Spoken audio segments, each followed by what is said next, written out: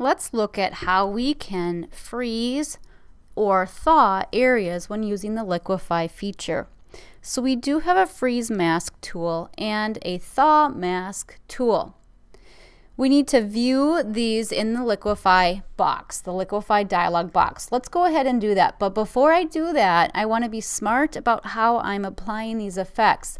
So I am going to convert this layer into a smart object. So with the layer active, I can go under Layer, Smart Objects, Convert to Smart Object.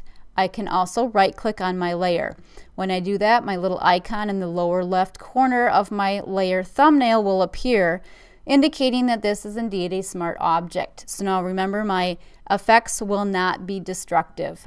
So now under Filter and Liquify, and the Liquify box will come up as you last left it. So whether you were in advanced mode or you are in just the standard simple mode, it will come up in that way. So the last time I left it, I was in advanced mode, and that's where I want to go. So I'm going to check advanced mode, and my dialog box expands dramatically. There's a lot more options visible than there were in the standard mode. So with this view, make sure that you're viewing the advanced mode here in the dialog box. So when I do that, I have two tools over here, a freeze and a thaw. So the freeze tool, when I click on it, and let's go ahead and zoom in, and I can do this in a number of ways actually. I can go to my zoom tool and I can click to zoom into an area.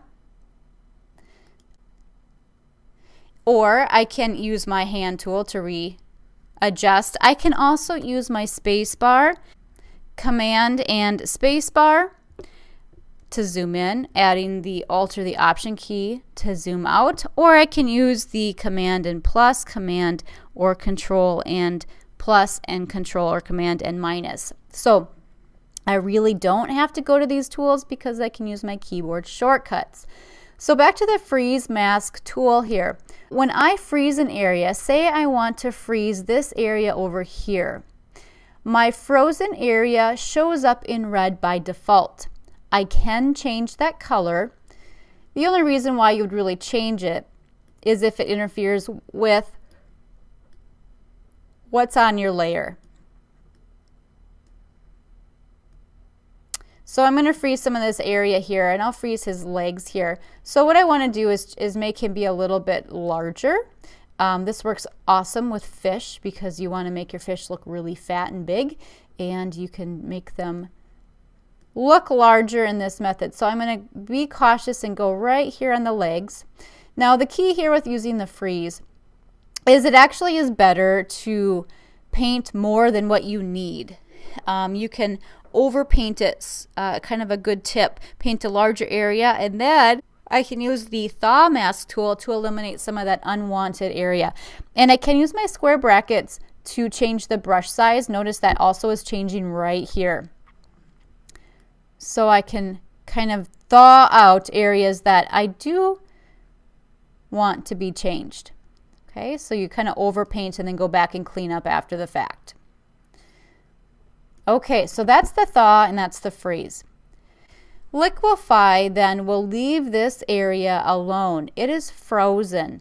So the Liquify tools will have no effect. It will leave these areas unaffected. So really what I'm doing is painting on a mask. Now you want to make sure you do have the show mask because you could be painting and not see anything if that's not checked. So with the thaw and the freeze, you want to make sure you're showing the mask, and this is where I mentioned you can change the color if it seems that another color would be better for you. Okay, by default it's red. So that's how we can then freeze. So now if we say go to this push tool, the push left, and a little bit larger brush, not too large. Remember, I can sweep, and I'm going to sweep down and see how it's not affected in that area. So I can push this. I can push this. Let's adjust here. Now if I go this way, I'm going to make him a little bit skinnier. Let's go up on this side. And you can see that it will distort. It's going to be distorted. You can't get by that. And it is a little bit harder. You get some of a smoothing effect. I can also use this push forward to kind of push some of this out. Okay, so it takes a little bit of work, a little bit of practice, but you can make him be a little bit larger here. Now, the pixels can't be added. Photoshop does not know how to just add pixels. So what it's doing is it's taking current pixels and sort of duplicating them, and that's why it looks like it's been pushed or smeared out. Okay, you can see how the frozen area did not move there. Okay, so that's how we can thaw and freeze. Now, if I want to reconstruct an image, if I don't like what has happened, a couple things I can do. Once I click OK and apply, I can go back to my history panel, which shows one entire session for the Liquify. So it's one history state. Each of the specific little pieces I did within the Liquify dialog box are not counted. It's one task, one history state. So those individual distortions do not appear in the history panel. I can check right here a Restore All button that's located here. It removes all distortion. So when I click that, it will revert back to my original. So that's a Restore button, Restore All button within the Liquify dialog box. I also have my Reconstruct tool. With my Reconstruct tool, I can drag to reconstruct. And I can set my size, and I can also set kind of the rate here of how fast I want it to be reconstructed. I can click cancel, and that gets me out of here with no changes.